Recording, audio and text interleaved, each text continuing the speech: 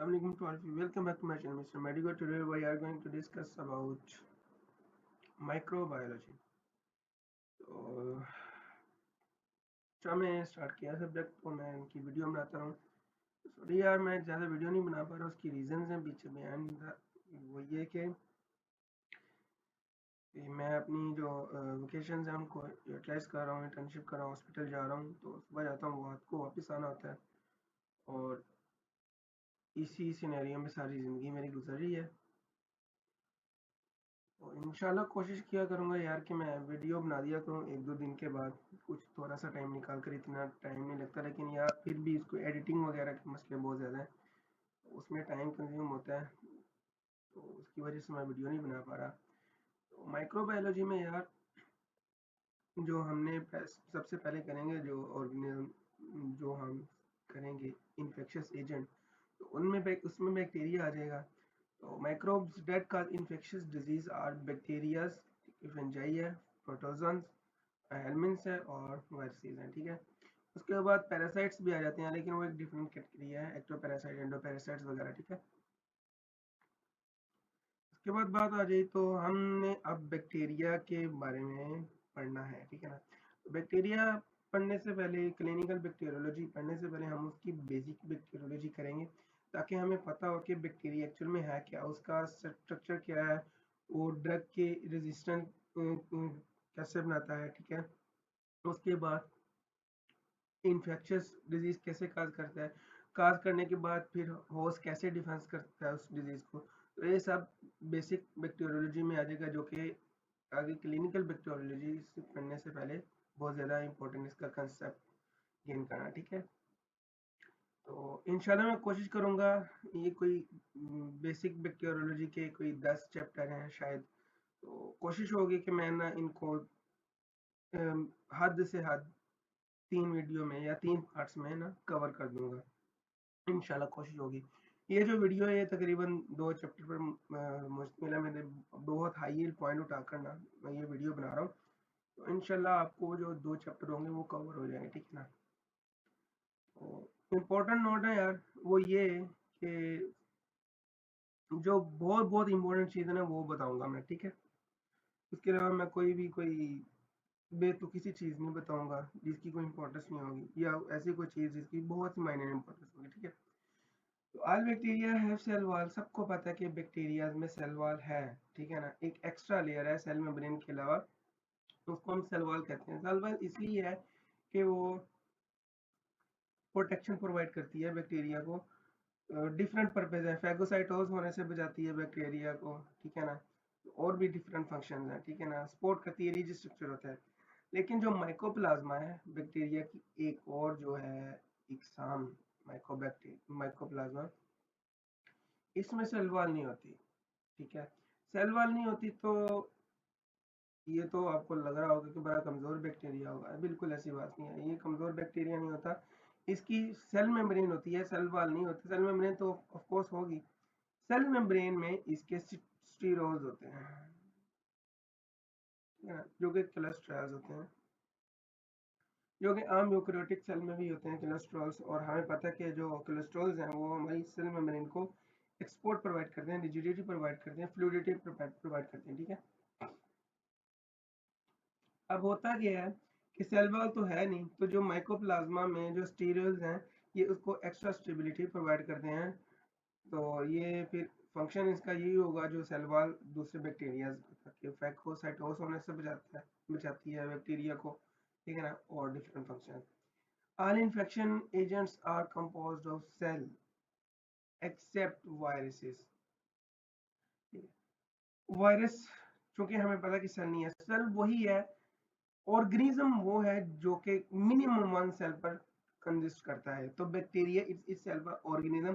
और अगर आपके पास एक एमसीक्यू आ जाए, the smallest organism in the world, तो आपने बैक्टीरिया पे टिक करना है, ना कि वायरस पे, क्योंकि virus is not a organism, क्योंकि उसमें न्यूक्लियस नहीं है।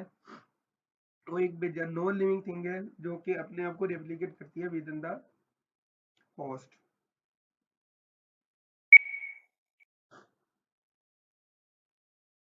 उसके बाद आ जाए तो bacterial cells have not non membranes bounded nucleus, ठीक है ना। जो बैक्टीरियल सेल्स का जो न्यूक्लियस होता है उसमें मेम्ब्रेन नहीं होती, जिसका न्यूक्लियर मेम्ब्रेन हम कहते हैं, यूकेरियोटिक सेल में हमें देखने को मिलती है, तो वो बैक्टीरियल सेल्स में नहीं होती, ठीक है ना। इसके बरअक्स जो ह्यूमंस हैं, फंजाई है, प्रोटोजन्स हैं, हेलमेंट्स हैं, इन सब में वो जो मेम्ब्रेन है होती है, ठीक है। Fungal cell wall is compose of chitin, हम सबको पता है, हम बहुत देर से पढ़ते आ रहे हैं कि बैक्टीरिया की सेल वॉल किससे बनी होती है, तो हम सबको पता है पेप्टिडोग्लाइकन होते हैं, ठीक है। और फंगल सेल है वो काइटिन से बनी होती है। उसके बाद important notes related to mycoplasma, तो ये जो ऊपर मैंने बता दिया कि सेल वॉल नहीं होती, ठीक है ना। तो सेल वॉल नहीं होती तो इसकी सेल मेम्ब्रेन में स्टीरियोल्स होते हैं जो कि एक्स्ट्रा स्टेबिलिटी प्रोवाइड करते हैं माइक्रोप्लाज्मा को, ठीक है ना। Sterol provide extra stability to the cell membrane. एक और बात, अब एंटीबायोटिक्स हैं, फॉर एग्जांपल पेनिसिलिन आ गई, ठीक है, ठीक है। सेफ्लोस्पोरिन्स आ गई, 5 जनरेशन, ठीक है ना। उसके बाद इमिपेनम, डेमिपेनम, ठीक है ना। इस तरह की जो एंटीबायोटिक्स हैं, ये इससे रिलेटेड जितनी भी वैंकोमेंसिन, ये जितनी भी एंटीबायोटिक्स हैं, ये सेल वॉल की सिंथेसिस को डिस्टर्ब करती हैं, इनका फंक्शन है, मैकेनिज्म ऑफ एक्शन है जो, ठीक है। अब होगा क्या, हमें पता है कि ये जो पेनिसिलिन हैं, सेफ्लोस्पोरिन्स हैं, ठीक है, ये इनका फंक्शन है, मैकेनिज्म ऑफ एक्शन ये है कि ये बैक्टीरिया की सेल वॉल की सिंथेसिस को डिस्टर्ब करती हैं, जिसकी वजह से सेल वॉल कमजोर बनती है, और ऑटोमेटिकली अगर सेल वॉल एक प्रोटेक्टिव लेयर होती है बैक्टीरिया की, अगर वही डैमेज है तो सेल सर्वाइव नहीं करता, बैक्टीरिया की डेथ हो जाती है, ठीक है। लेकिन माइकोप्लाज्मा में चूंकि हमें पता है सेल वॉल तो होती नहीं है, ठीक है ना। सेल वॉल, एक और बात, सेल वॉल की कौन सी चीज को वो डैमेज करता है, जो पेप्टिडोग्लाइकन का जो बॉन्ड है उसको डैमेज करता है, जो पेनिसिलिन सेफ्लोस्पोरिन है। तो सारी बात है, सेल वॉल में पेप्टिडोग्लाइकन है, लेकिन माइकोप्लाज्मा में स्टेरोल्स हैं, instead of peptidoglycan cell wall नहीं है। तो पेनिसिलिन सेफ्लोस्पोरिन वैंकोमाइसिन है, ये जितनी भी ड्रग्स है जिनका काम था सेल वॉल की सिंथेसिस को डिस्टर्ब करना, वो माइकोप्लाज्मा पर इफेक्ट नहीं करेंगी। तो penicillins, cephalosporins, and other drugs like penicillin cephalosporin that acts on the cell wall synthesis, they are not effective in mycoplasmic treatment, ठीक है ना। जिनको माइकोप्लाज्मा से रिलेटेड जो भी डिजीज होगी, उनको अगर पेनिसिलिन सेफ्लोस्पोरिन हम देंगे तो उनका रत्ती भर भी फर्क नहीं पड़ेगा, वो डॉक्टर सबको पता है। लेकिन ये एक जो मैंने डिफरेंस बताया है माइकोप्लाज्मा और अदर बैक्टीरिया से रिलेटेड, उसके लिए ज़रूरी था कि मैं आपको बताऊं कि पेनिसिलिन क्यों नहीं इस पर इफेक्ट कर दें। तो ये सारा सीन था। उसके बाद आ जाओ तो ग्राम पॉजिटिव है और ग्राम नेगेटिव है, ठीक है। अब आपकी जितनी भी एंटीबायोटिक है ना, फार्मा में आप करोगे तो एंटीबायोटिक्स जितनी भी आपकी, वो ग्राम पॉजिटिव पर और ग्राम नेगेटिव पर कंसिस्ट कर रही है। आगे इसकी सब डिवीजन है, ग्राम नेगेटिव बैक्टीरिया की कोकाई है, ठीक है ना, बेसिलिया रोड्स हैं, ठीक है ना। ग्राम पॉजिटिव के भी यही सीन है। तो ये बहुत लंबा सा काम चलता है, ये बहुत बहुत लंबे चैप्टर हैं, बड़े बड़े चैप्टर हैं ग्राम पॉजिटिव बैक्टीरिया और ग्राम नेगेटिव बैक्टीरिया के बारे में, ठीक है ना। तो इनमें जो मेन डिफरेंस है वही है, आगे जब डिटेल में जब इनके चैप्टर स्टार्ट करूंगा तो वो डिटेल में करवाएंगे। अब पेप्टिडोग्लाइकन है वो थिकर होती है ग्राम पॉजिटिव बैक्टीरिया में, वो क्यों होती है, वो इसलिए भी होती है कि इसमें एक एक्स्ट्रा लेयर नहीं होती, और टिकोइक एसिड प्रेजेंट होता है, ठीक है। उसके बरक्स ग्राम नेगेटिव बैक्टीरिया में जो पेप्टिडोग्लाइकन की लेयर है वो थिन होती है, और प्लस इसमें एक एक्स्ट्रा लेयर होती है जो कि लिपोपॉलीसेकेराइड से बनती है, जो कि एंडोटॉक्सिन्स रिलीज करते हैं। और एंडोटॉक्सिन्स का फंक्शन ये है कि वो इनिशियली जब इंफेक्शन होता है तो एंडोटॉक्सिन्स फीवर काज करते हैं और पेन वगैरह और इस तरह की चीजें खास करते हैं इन्फेक्शियस डिजीज में, ठीक है ना। एंडोटॉक्सिन्स का ये फंक्शन होता है।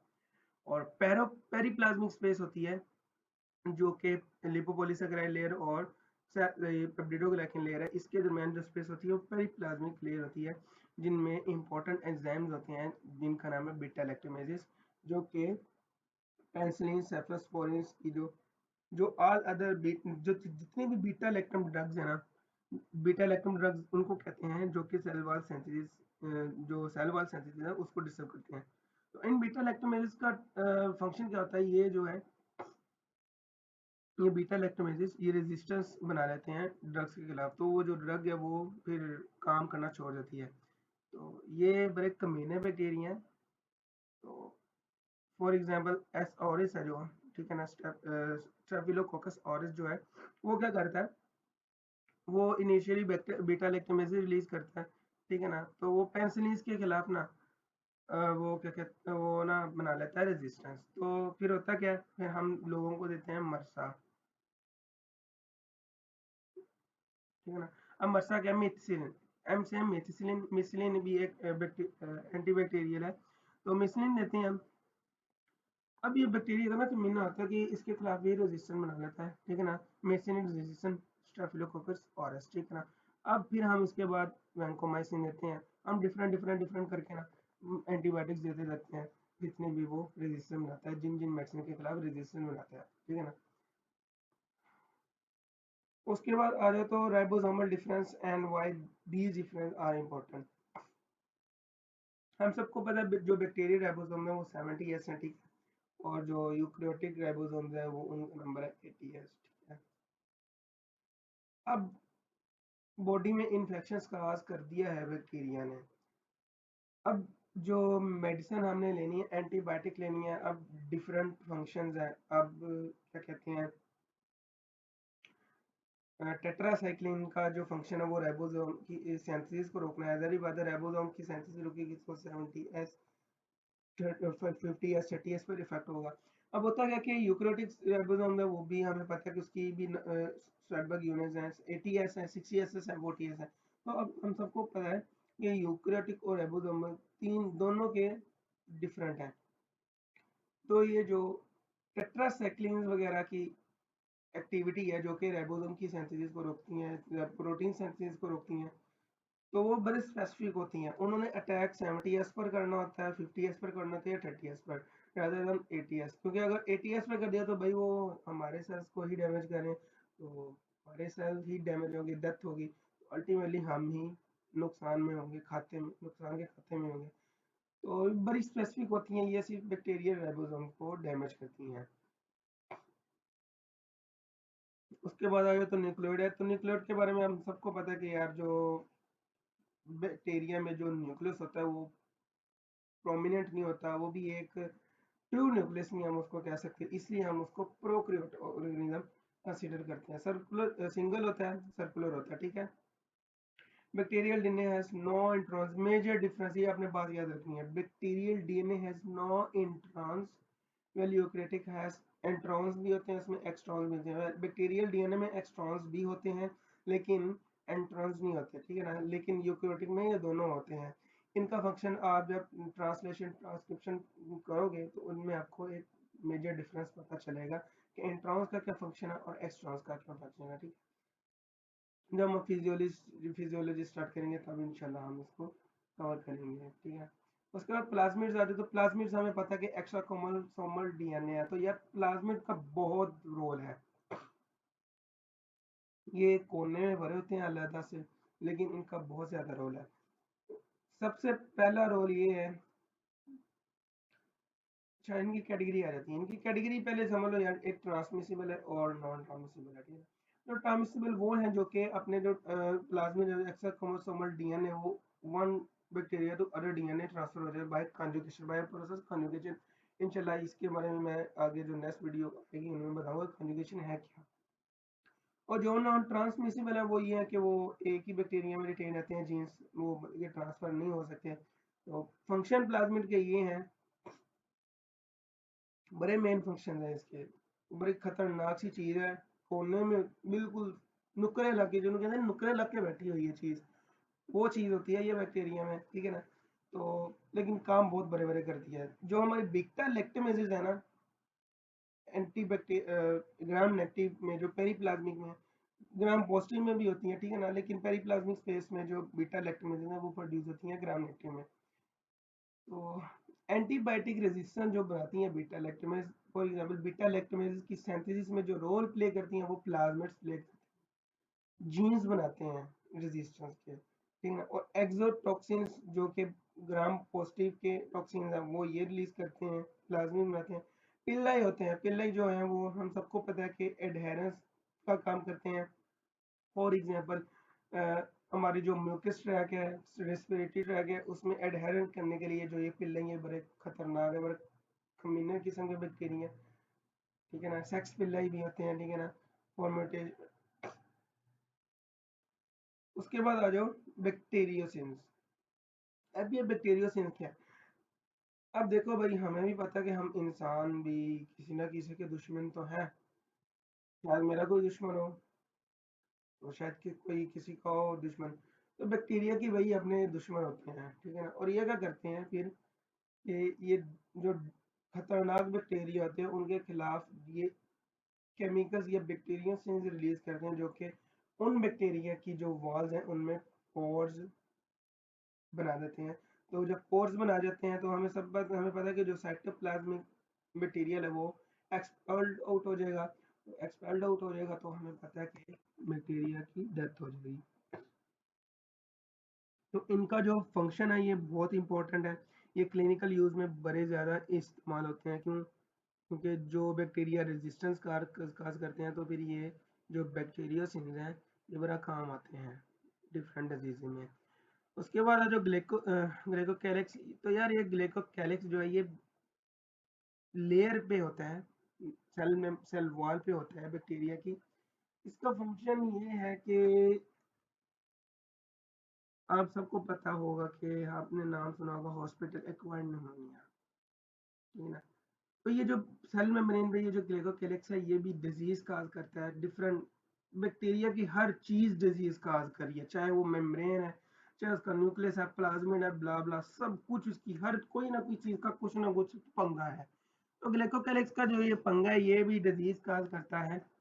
ये इस तरह से काज कर सकता है कि जो हॉस्पिटल में इंस्ट्रूमेंट्स यूज होते हैं उसके ऊपर ये ग्लाइकोकैलिक्स लग जाता है, जिसकी वजह से एंडोकार्डाइटिस इस तरह की चीजें हो जाती हैं। हॉस्पिटल एक्वायर्ड जो इन्फेक्शन होते हैं वो ग्लाइकोकैलिक्स से ही होते हैं, और स्पोर से भी होते हैं। मैं स्पोर्स के बारे में बताना भूल गया, मैं बहुत छोटा सा बताऊंगा ये स्पोर्स होते हैं क्या है, ठीक है। तो यार जो स्पोर्स हैं वो non infectious agent bacteria produce करते हैं। तो अब सवाल यहाँ पर ये बनता है कि यार अगर स्पोर्स जो है वो नॉन इन्फेक्शियस है तो फिर हमें इंस्ट्रूमेंट्स को स्टरलाइज करने की ज़रूरत ही क्या है, हमें सरफेस को डिसइंफेक्टेंट करने की ज़रूरत क्या है, क्योंकि हमने स्पोर्स को खत्म करना होता है। हम सबको पता है कि यार जो बैक्टीरिया बड़े डीट किस्म के हैं, ये बॉइलिंग से मरते नहीं है। हमारा बॉइलिंग पॉइंट तो 100 है ना पानी का। तो इस पॉइंट पे ये बैक्टीरिया कमीने हैं बहुत नहीं मरते, है ना। तो हमें क्या करना होता है, जो बैक्टीरिया किल होते हैं वो 121 डिग्री सेल्सियस पे होते हैं ड्राई हीट से, है ना। एटलीस्ट 121 डिग्री सेल्सियस हमें चाहिए होता है, चाहे वो ड्राई हीट हो या वेट हीट हो, ठीक है। अब स्पोर्स क्या है यार, ये स्पोर जो है, लेट मी ड्रा डायग्राम, अच्छे से समझ आ जाएगी आप। ये ये हमारा है बैक्टीरिया, ठीक है ना। और इसके अंदर भरा हुआ है न्यूक्लियस, और ये साइड में प्लाज्मिड वगैरह जो भी है। अब होता क्या है, जो बैक्टीरिया है इसमें ना इमेजिनेट होने शुरू होना जाता है, होना शुरू हो जाता है।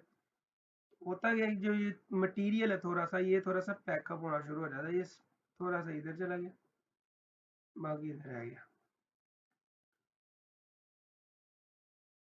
ठीक है। ये जो मटेरियल ये एक्सोसाइटोज हो जाता है, ये बिल्कुल इतना सा छोटा सा होता है। अब ये जो लेयर है इसकी बाहर वाली, ये केराटिन की बनी होती है, ये बड़ी थिक लेयर होती है। ये हीट रेजिस्टेंट होती है, ये डिफरेंट केमिकल रेजिस्टेंट होती है, और जारी बात है एंटी जो बायोटिक्स हैं उनसे रेजिस्टेंस होगी, क्योंकि मैंने पहले बताया जो एंटीबायोटिक है वो सेल वॉल की सिंथेसिस पर इफेक्ट करेंगी या राइबोसोम की सिंथेसिस पर इफेक्ट करेंगी। तो ये जो स्पोर होते हैं इसमें सिर्फ डीएनए जो होता है वो होता है, ठीक है ना। और राइबोसोम तो होते नहीं है, या होंगे भी तो बड़े पैक्ड फैशन में होंगे, क्योंकि क्रेटिन लेयर वो बड़ी थिक होती है। अब होता क्या है कि ये नॉन इन्फेक्शन होती हैं, और ये बनते कब है, जब बैक्टीरिया में न्यूट्रिशन बहुत कम होती है, ठीक है ना। तो होता क्या है, ये जो स्पोर्स होते हैं इंस्ट्रूमेंट पे लग जाते हैं, तो जब इंस्ट्रूमेंट अगर हम स्टरलाइज नहीं करेंगे, तो जब इंस्ट्रूमेंट हम यूज करेंगे तो सारी बात ये स्पोर्स हैं वो ट्रांसफर होंगे। जैसे जो ही ये स्पोर्स हम ट्रांसफर होंगे, तो हमें पता है कि हमारी जो बॉडी है वो हाई ऑफ न्यूट्रिशन है। तो जैसे ही इस स्पोर को न्यूट्रिशन बने मिलेंगे, तो ये जो स्पोर है ये दोबारा एक प्रॉपर बैक्टीरिया में कन्वर्ट हो जाएगा, जो कि डिजीज काज करेगा। तो ये था स्पोर्स के बारे में, मैंने मोटा मोटा समझा दिया कि क्या था। अब आपको जो पहले 2 चैप्टर है मैं लिविंगस्टन यूज कर रहा हूँ, तो मैं लिविंगस्टन के बारे में बताऊंगा। तो अब अगर आपने ये वीडियो को अच्छे से देख लिया, तो आपको कसम से सीरियसली पहले 2 चैप्टर पढ़ने की भी नहीं जरूरत, ठीक है ना। तो यही कुछ है उसमें भी। तो मुझे दीजिए इजाजत, अपनी दुआओं में हमेशा याद रखें। वीडियो अगर पसंद है तो ज़्यादा से ज़्यादा अपने फ्रेंड्स के साथ शेयर करें। बस यही छोटी सी डिमांड है मेरी, और हमेशा दुआ में याद रखें। खुश रहें। अल्लाह हाफिज़।